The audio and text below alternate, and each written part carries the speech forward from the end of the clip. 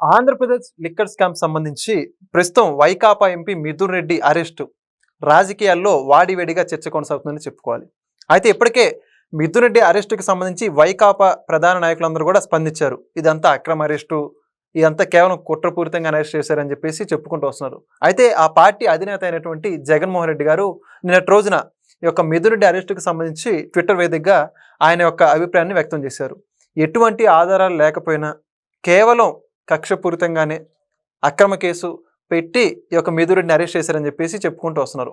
అయితే వీటన్నిటితో పాటు ముఖ్యంగా అసలు నిందితుడిని ఎప్పుడు అరెస్ట్ చేస్తారు లిక్కర్ స్కామ్లో, ఇలా అనేక ప్రశ్నలకి సమాధానాలు తెలుసుకునే ప్రయత్నం చేద్దాం. ప్రస్తుతం మనతో ఉన్నారు సోషల్ యాక్టివిస్ట్ శ్రీలీల గారు. మేడం నమస్కారం అండి. నమస్తే అండి. ఇప్పుడు చూసుకుంటే జగన్మోహన్ రెడ్డి గారు వాళ్ళ వైఎస్ఆర్సీపీ నాయకులు అరెస్ట్ అయిన ప్రతి సందర్భంలోగానైనా ట్విట్టర్ వేదికగా ప్రశ్నిస్తున్నాం, మనం చూస్తూనే ఉన్నాం. అయితే ఇప్పుడు తాజాగా మిథున్ రెడ్డి అరెస్ట్ కూడా యథావిధిగానే ట్విట్టర్ వేదికగా ఆయన మాట్లాడుతూ అసలుకి మిథున్ రెడ్డికి లిక్కర్ స్కామ్కి సంబంధం ఏంటి, ఏ విధంగా అరెస్ట్ చేస్తారు, చంద్రబాబు నాయుడు కక్ష తీర్చుకోవడానికి మాత్రం మిథున్ రెడ్డిని అరెస్ట్ చేశాడు, పెద్దిరెడ్డి కుటుంబం మీద ఆయనకి చాలా కక్ష ఉందని చెప్పి చెప్పుకుంటూ వస్తున్నాడు. ఏమంటారు, జగన్మోహన్ రెడ్డికి నిజంగా వాళ్ళకు కక్ష ఉందంటారా? అంటే జగన్మోహన్ రెడ్డి మాటలను ఎలా తీసుకోవాలంటే, గతంలో వైఎస్ వివేకానంద రెడ్డి హత్య కేసులో అవినాష్ రెడ్డి చిన్న పిల్లోడు, ఏం తెలియదు అమూల్ బేబీ అని చెప్పాడు. ఇప్పుడేమో మిథున్ రెడ్డి పసిపిల్లోడు. అదే అర్థం అవుతుంది అందరికి. పసిపిల్లోడు కాబట్టి పసిపిల్లాడికి ఏం తెలియదు. అందుకనే వెళ్ళి 2 సార్లు విజయసాయి రెడ్డి ఇంట్లో మరి లిక్కర్ కుంభకోణం మీటింగ్ లో పార్టిసిపేట్ చేశాడు కదా ఆయన కూడా. ఖచ్చితంగా అదే. ఆయన ఎవరైతే వైఎస్ జగన్మోహన్ రెడ్డి ఏదైనా ఒక మాట చెప్పాడంటే దాని వెనక చాలా పెద్ద అర్థాలు ఉంటాయి.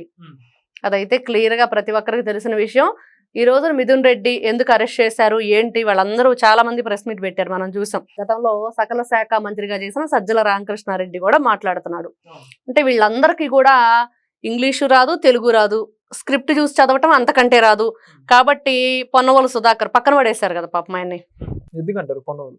రిమాండ్ సింహం. ఆ రిమాండ్ సింహం గురించి పాపం వీళ్ళకి చాలా బాగా తెలుసు, ఏంటంటే ఏ విధంగా రిమాండ్ వేయిస్తాడనేది. మరి అతన్ని ముందు పెట్టుకొని ఒకసారి ఆ ఛార్జ్ షీట్ ఏదైతే దాఖలు చేశారో, ప్రిలిమినరీ ఛార్జ్ షీట్ ఉంది కదా, అదొక్కసారి చదువుకుంటే పూర్తి వివరాలు ఉంటాయి. అంటే మద్యం కుంభకోణానికి సంబంధించిన ఆధారాలు అంటారా? ఖచ్చితంగా వీళ్ళు ఏ విధంగా కుంభకోణం చేశారు. గతంలో కోర్టు ఎన్నో సార్లు మరి ఇట్లాంటి ట్రాన్స్పరెంట్ మనీ ఎక్కడ ట్రాన్సాక్షన్ లేదు. మరి దాని మీద కూడా గతంలో ఎన్ని సార్లు మొట్టికాయలు వేసిన వైఎస్ఆర్సీపీ పార్టీకి ఎక్కడా కూడా ప్రపంచంలోని చరిత్రలో ఎవ్వరికి వేయనన్ని మొట్టికాయలు కోర్టు వైఎస్ఆర్సీపీ పార్టీ అధికారంలో ఉన్నప్పుడు మొట్టికాయలు వేయించుకున్నారు. అయినా కూడా కొడితే కొట్టారు, మొడితే మొట్టారు, మేము ఇంతే ఉంటాం, ఇలానే చేస్తాం అన్నట్లుంది. కానీ వాళ్ళ ధోరణి ఎక్కడా కూడా మార్చుకున్నది లేదు. మరి ఈ రోజు చూస్తే వీళ్ళు పదే వాళ్ళు అరెస్ట్ అయిన తర్వాత ఒక మాట చెప్తారు, తెలియదు, గుర్తులేదు, మర్చిపోయా. అరెస్ట్ అయిపోయిన తర్వాత బయట ఉన్న వాళ్ళు చెప్తారు అన్యాయం, అక్రమం, ఇంకేముంది, కక్షపూరిత రాజకీయం కావాలని చెప్పి చేస్తున్నారు, ఇదంతా మేం చాలా మంచి వాళ్ళం, మాలాంటి మంచి పరిపాలన చేసేవాళ్ళు మళ్ళీ మీకు దొరకరు అని శవాల మీద పేలాలు వేరుకునే వ్యక్తి జగన్మోహన్ రెడ్డి అని రోజున ప్రజలందరూ కూడా నిజంగా ఇక్కడ డబ్బు కొట్టేశారు అనేది కన్నా కూడా ఎంతమంది ప్రాణాలు తీశారు, ఎంతమంది జీవితాలతో వీళ్ళు ఆటాడుకున్నారు క్లియర్గా అర్థమైపోతుంది. మరి మిథున్ రెడ్డి గురించి చెప్పుకోవాలంటే అస్సలు నాకు సంబంధమే లేదు, నాకేంటి పని అన్నాడు. మరి పాపం సజ్జల శ్రీధర్ రెడ్డికి డబ్బులు ఇప్పించాను, ఖచ్చితంగా దాంట్లోంచి నాకు వాటా కావాలని చెప్పి కమిషన్ కొట్టేశాడు 48 కోట్లు. ఏంటి 100 కోట్లలో 48 కోట్లు కమిషను. మరి ఇన్ని విధాలుగా చేసిన ఇతను మరి నారాయణ స్వామి, అతను ఎక్సైజ్ మినిస్టర్ గతంలో. మరి ఆయనకు కూడా సిట్టి ఈ రోజున రమ్మని చెప్తే అతను రాలేదు. ఎందుకు రాలేదు ఏంటి అనేది వాళ్ళు మళ్ళీ విజయసాయి రెడ్డి రాలేదు ఇంతవరకు, రేపో మాపో అని చెప్తూ వస్తున్నారు. కానీ ఎందుకు రావట్లేదు, ఏం జరుగుతుంది, ఎవరు వీళ్ళని ఆపుతున్నారు, మరి ఆ విషయం కూడా అతి త్వరలోనే తెలుస్తుంది. ఎందుకంటే చూస్తూ ఊరుకోరు ఎవరు కూడా. ఈ రోజున ప్రజలు కూడా ఎవరు ఈ రోజున మరణాలు ఎన్ని శాతం జరిగినాయి, మరి అదేవిధంగా ఆ ఆరోగ్యం బాలేక ఎంతమంది ఉన్నారు, వాళ్ళందరూ కూడా కేసులు నమోదు చేయాలి జగన్మోహన్ రెడ్డి మీద. అదే చర్చ నడుస్తుంది.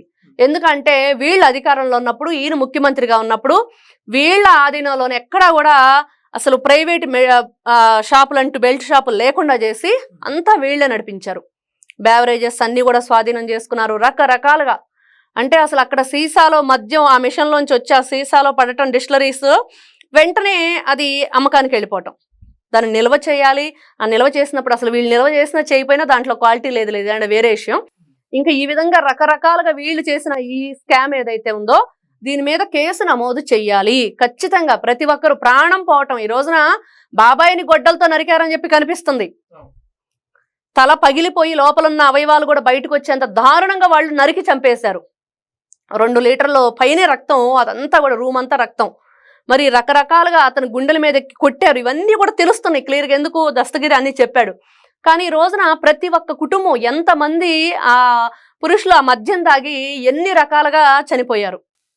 మరి 10 సంవత్సరాల నుంచో దాదాపుగా బీఆర్ఎస్ గవర్నమెంట్ ఉంది. ఆ తర్వాత హైదరాబాద్ లో కాంగ్రెస్ గవర్నమెంట్ వచ్చింది. ఎప్పుడు కూడా వాళ్ళు చుక్క ముక్క తెలంగాణ సంస్కృతి ఏదో చెప్తూ ఉంటారు. ఎవరు వచ్చినా కూడా మద్యం ఖచ్చితంగా ఉండిద్దని. మరి వాళ్ళకి ఎప్పుడు కూడా ఎట్లాంటి ప్రాబ్లమ్స్ రాలేదు. మరి 5 సంవత్సరాలని ఎందుకు ఇలా జరిగింది? ఎందుకు వీళ్ళు ఇట్లాంటి మద్యాన్ని సప్లై చేశారు? ఎందుకు ఇట్లా వీళ్ళ ద్వారా ఎంతమంది ఇబ్బంది పడ్డారు? వాళ్ళందరూ కూడా బయటకు వచ్చి ఒకసారి ఇదిగో మేము ఇలా నష్టపోయాము అంటే వాళ్ళు కేసు నమోదు చేయటం వల్ల వీళ్ళ ఆస్తులు జప్తు చేసి వాళ్ళకి ఇవ్వచ్చు. ఖచ్చితంగా జరిగి తీరాలి. మనం చూసాం రాకేష్ మాస్టర్ ఒక 2 నెలలు షూటింగ్ అని చెప్పి ఏపీ వెళ్ళి అక్కడే ప్రాణాలు వదిలేశాడు. తర్వాత ఇంకొక శ్రీకాంత్ అయ్యంగారు ఎవరో ఒక నటుడు, అతను కూడా సెల్ఫీ వీడియో చెప్పాడు, ఇలాగా ఈ బీరు తాగలే చచ్చిపోతున్నాము, నిజంగా మేము కూడా రేపు మాపు చనిపోతామని. ఇవన్నీ చూస్తూ ఉంటే ఖచ్చితంగా వీళ్ళు ఏదైతే ఈ మద్యం మాఫియా నడిపించారో వీళ్ళంతా ముడుపులు రకరకాలుగా డెన్లు ఇప్పుడు మనం వింటున్నాం. హైదరాబాద్ లోనే దాదాపుగా 7 డెన్లు అక్కడే ఉన్నాయి. మరి బీఆర్ఎస్ ఏ విధంగా వీళ్ళకి సహకరించింది? ఏ విధంగా వీళ్ళు అక్కడ డెన్లు పెట్టగలిగారు? అంటే అమౌంట్ ఇప్పుడు అక్కడి నుంచి అక్కడ ట్రాన్స్ఫర్ చేయాలంటే ఆధారాలు ట్రాన్స్పరెంట్ గా ఎక్కడా కూడా లేదు. వీళ్ళంతా కూడా ఈ తుడా వ్యాన్ లో విపరీతంగా డబ్బులు వీళ్ళు ఏ విధంగా మళ్లించారో మనం వింటూ ఉన్నాం. కాబట్టి ఖచ్చితంగా ఎక్కడా కూడా ఈ బార్డర్స్ లో చెక్కింగ్ లేదు. ఎక్కడా వీళ్ళు అంతా కూడా సెక్యూరిటీ, ఎవరైనా సరే జాబ్ చేసుకొని రావటం, ఏదైనా జాబ్ లో ఉంటే ఆ అపార్ట్మెంట్ లో కాపలా ఉండటం ఆ డబ్బుకి. ఓకే, మరి అయితే ప్రధాన నిందితుడి అరెస్ట్ ఎప్పుడు జరిగే అవకాశం ఉంటుంది అంటారు కేసులో? ఖచ్చితంగా జరగాలి. అంటే ఇక్కడ ఎవరైతే ఇంకా నిందితులు ఉన్నారో ఇక్కడ అసలు తవ్వే కొద్దీ వస్తుంది అన్నట్లుగా వస్తూనే ఉంటుంది. ఒక పాములు పుట్ట పగిలితే ఏ విధంగా అవన్నీ బయటకు వస్తాయో అలా ఉంది ఈ రోజున ఈ లిక్కర్ కుంభకోణం. నిజంగా ఆ అంతిమ లబ్ధిదారుడు వరకు వెళ్ళిద్దా అంటే ఈ రోజున మిథున్ రెడ్డి అరెస్టు, మరి ఇక విజయసాయి రెడ్డి ఉన్నాడు, జగన్మోహన్ రెడ్డి ఆత్మ. మరి ఆత్మ అరెస్ట్ అయితే ఆటోమేటిక్ గా బాడీ కూడా వచ్చేస్తుంది. అదైతే ఖచ్చితంగా జరిగిద్ది. ఆ విజయసాయి రెడ్డి జగన్మోహన్ రెడ్డి వీళ్ళిద్దరి మధ్య ఆగిపోయింది అక్కడ మెయిన్. ఫస్ట్ విజయసాయి రెడ్డి విచారణకు రావాలి, దాంట్లో ఏం వెల్లడిస్తాడో తెలియాలి. ఆ తర్వాత బాలాజీ గోవిందప్పకు సంబంధించి మరి భారతీయ సిమెంట్ ఏదైతే అతను డైరెక్టర్ గా ఉండి అన్ని విషయాలు కూడా చూసుకుంటాడో మరి అతను ఎందుకు అరెస్ట్ అయ్యాడు దీంట్లో? ఆ దాంట్లో అసలు ఇది అతను సిమెంట్ కంపెనీనా, వాళ్ళు రన్ చేస్తున్న ఫ్యాక్టరీనా, లేకపోతే మద్యం ఫ్యాక్టరీనా అనేది కూడా క్వశ్చన్ మార్కు. మరి వాళ్ళకేం సంబంధం? మరి దీంట్లో భారతీ రెడ్డికి ఎంత ఉంది అనేది కూడా తెలియాలి. ఈ రోజున చూస్తూ ఉంటే ఇంకొక వైపు అవినాష్ రెడ్డి, మరి ఆయన భాస్కర్ రెడ్డిది ఉంది దీంట్లో.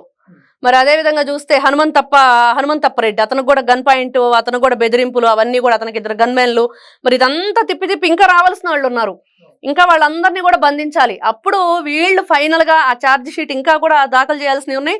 కొంతమంది పేర్లే దాంట్లో సూచించారు, కొంతమంది అనుమానంగా దాంట్లో పేర్కొన్నారు. కాబట్టి అంతిమ లబ్ధిదారుడు బిగ్ బాస్ జగన్మోహన్ రెడ్డి అనేది ఖచ్చితంగా తెలిసిపోయింది. ఈ రోజున అన్ని పేపర్లో, న్యూస్ ఛానల్స్ లో వింటూ ఉంటున్నాం. కాకపోతే ఇదిగో ఎంత ఉందన్నమాట. ఈ బాలాజీ గోవిందప్పకి ఏం సంబంధం, మరి ఆవిడకి ఎంత చేరింది, మరి తర్వాత అవినాష్ రెడ్డి భాస్కర్ రెడ్డి ఏంటి? ఒకవైపు ఏమో బాబాయ్ కేసు, ఇటువైపు ఏమో మద్యం.